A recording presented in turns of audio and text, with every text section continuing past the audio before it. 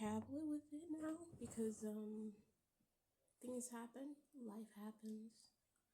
It's crazy because I actually want to show you what it paused on. What it like literally I ran out of storage, but I want to show you what time it paused on because it seems to be very significant. Am I out of breath a little bit?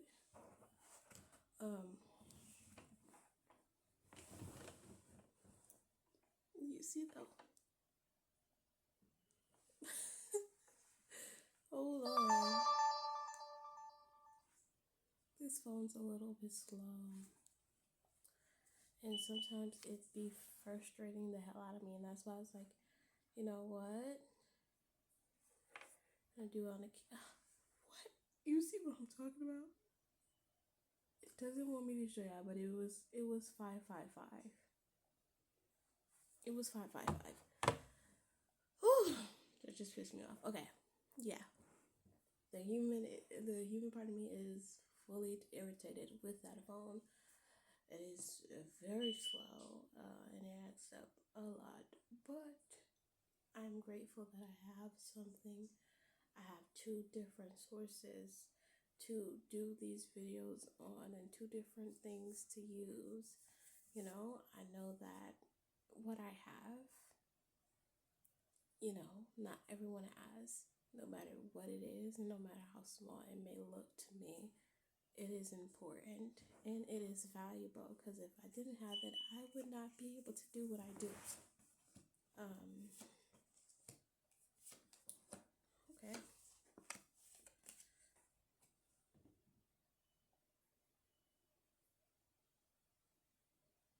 What has turned around for you? Something has flipped. What has flipped for you? Genuinely ask yourself that.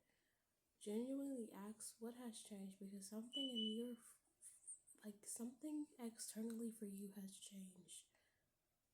Something externally for you has changed and flipped everything around.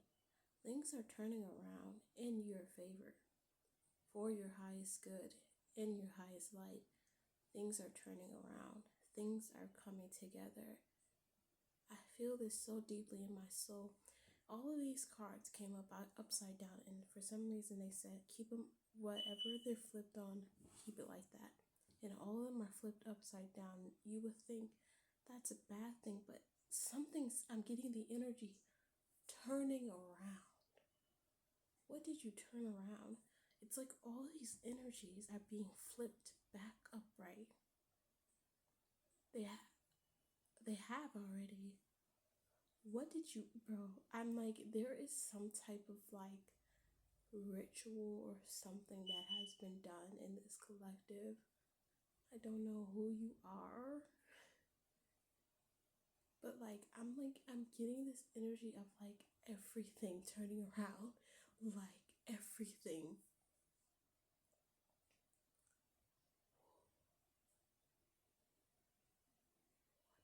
What did you I'm like stunned. I don't know what else to say. Like, that is everything that's coming through for me right now. It's just like you did some type of work. Some type of work you did. Ooh. Okay. It's weird because I felt this urgency to make a video, but now it's like it feels conflicting. Rebirth.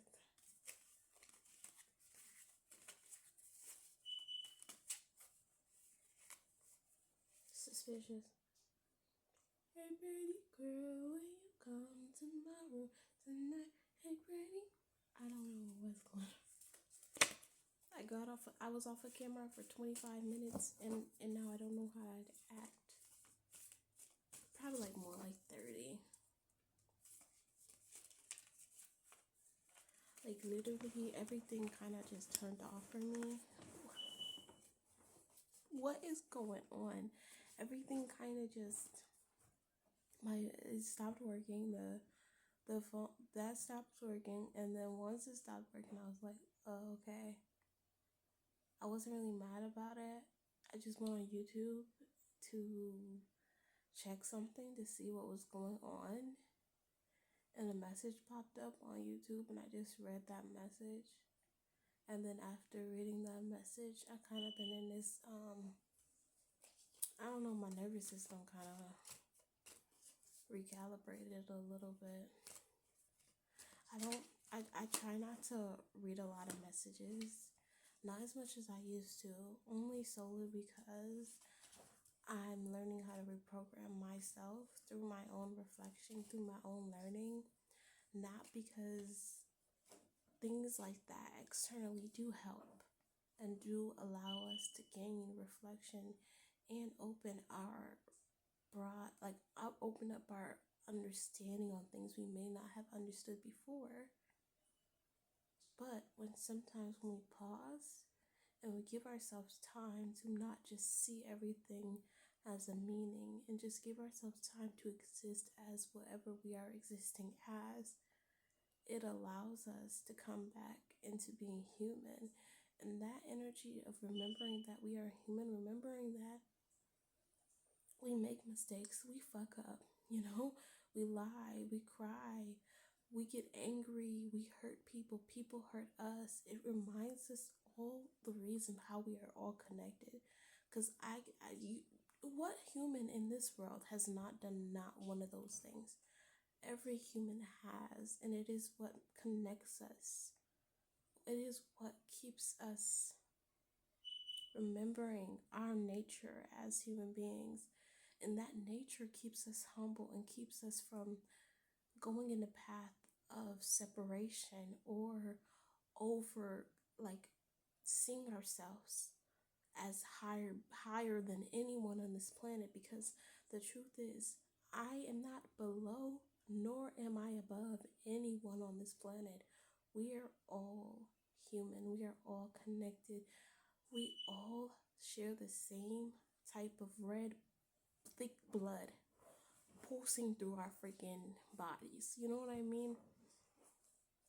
And the human part of us reminds us, we're, human. We're not no special gods. I'm sorry if you expected me to speak in a sense of you are above everyone, but this will never be that type of channel. This channel will never give up that certain energy. Will I always want to boost you up, make you feel seen, make you feel hurt, make you feel loved? Of course. Of course. We all deserve to be confident and love ourselves fully and wholly. No humble allowed. You feel me?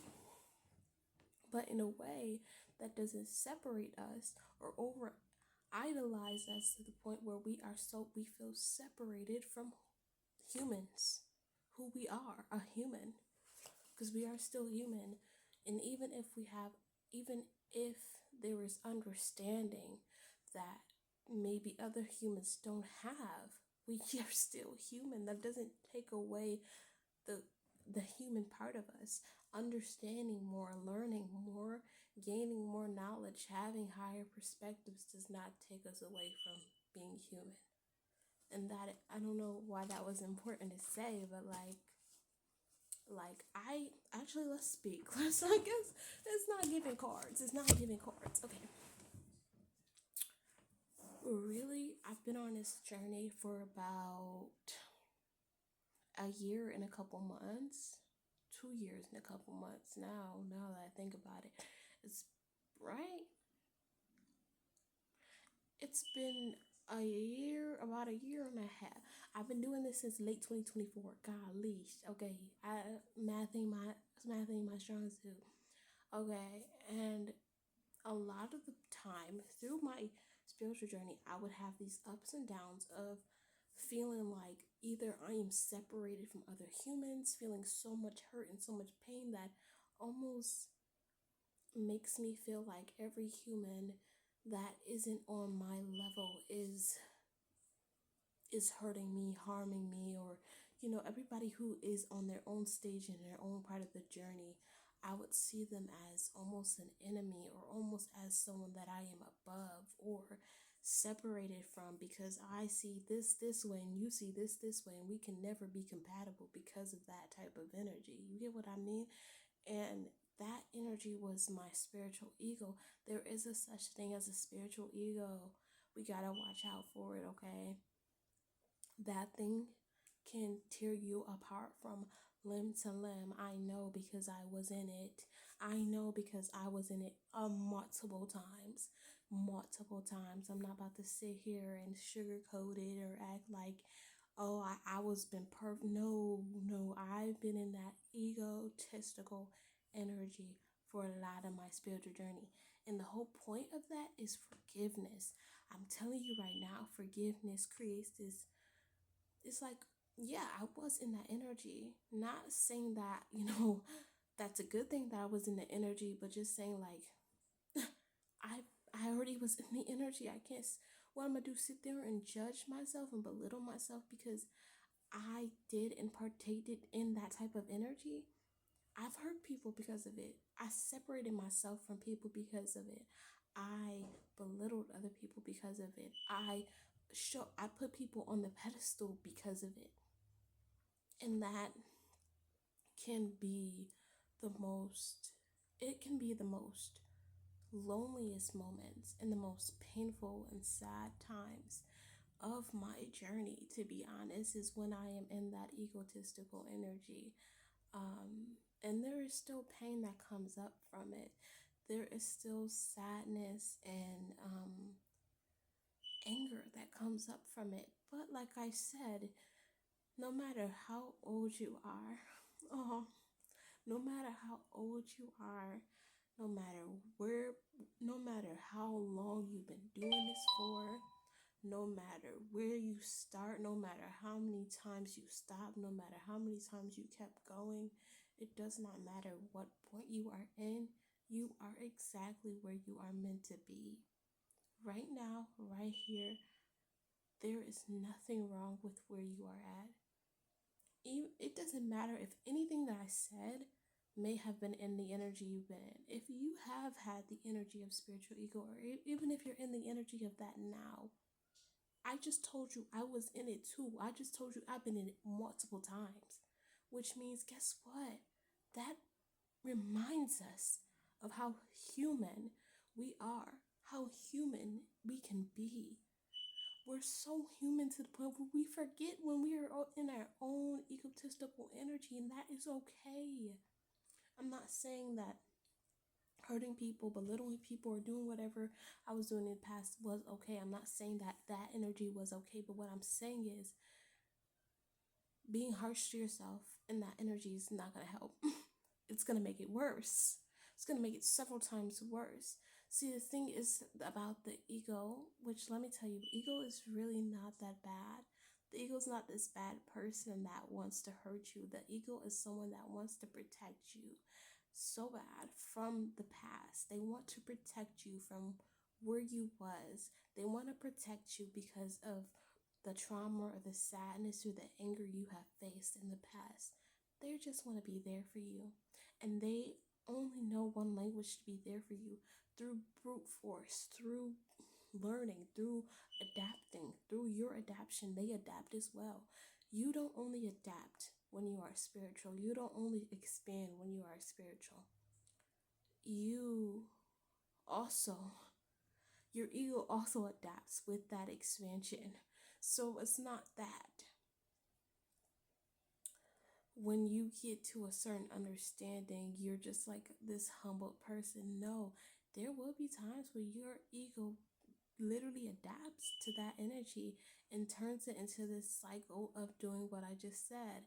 And it is so important when you are in this energy, if you notice the signs, if you notice yourself separating yourself, feeling like anxiety, pain, or pressure when it comes to connection, that is a good sign of ego, spirituality.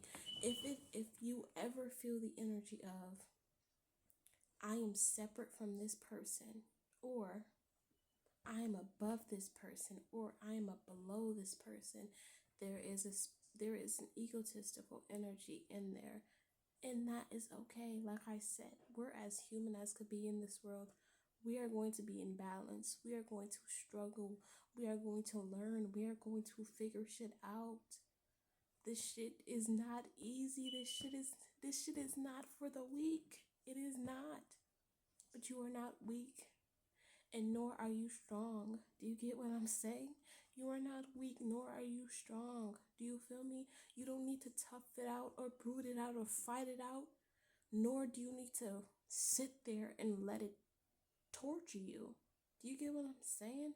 There's a middle to that shit. There is a way how to groove, how to find a rhythm. You just have to find it. And I was going to sit there and talk about how I learned a little bit, because I'm still learning. I'm still learning. You feel me? I'm still understanding this part. This little part of my journey just started, so I don't know how it's gonna go or where it's gonna end up. But I have learned something about creating routine, creating practice. In the past, practice routine was performative. It was from an egotistical point. And when I say this, I mean it because, like, I would literally tell myself, okay, get up at 6 a.m. Every day, right?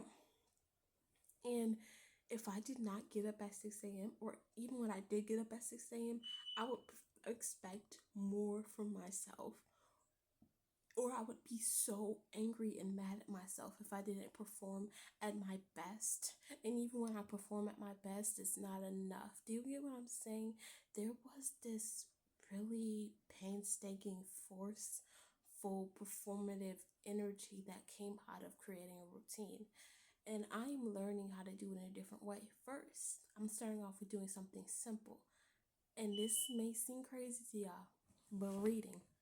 I I haven't read in a while. I used to read all the time, but I want to get back into reading. So I told myself, read read something every single day at any time. It doesn't matter. Read once every single day at any time. That's what I gave myself. And I was talking about it, reflecting about it, and I was reflecting about, like, the energy, and like that pain and trauma came up from me overworking myself or overperforming in order to succeed in a routine, to show that I am worthy, or that I did something. I proved a point. You know what I mean?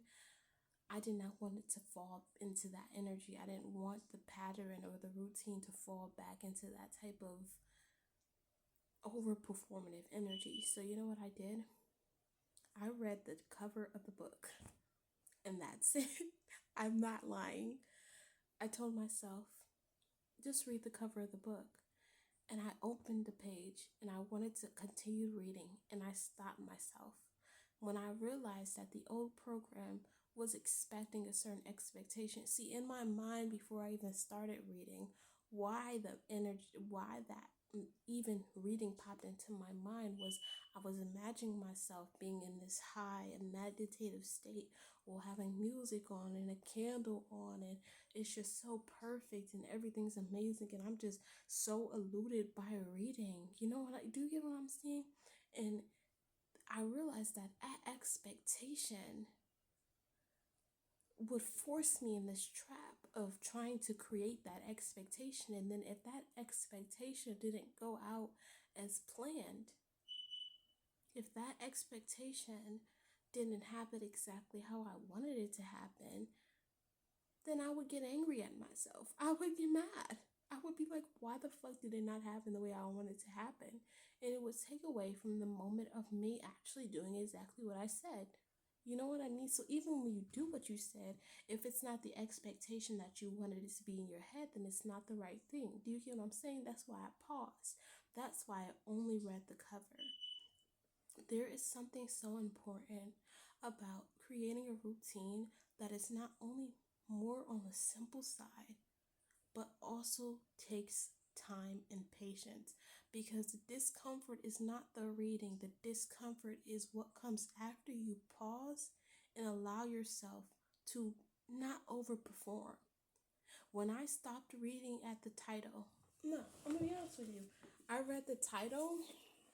I'm rereading this book because I didn't finish it, but I'm rereading it and it's becoming supernatural. After I read this part, I opened the first page and I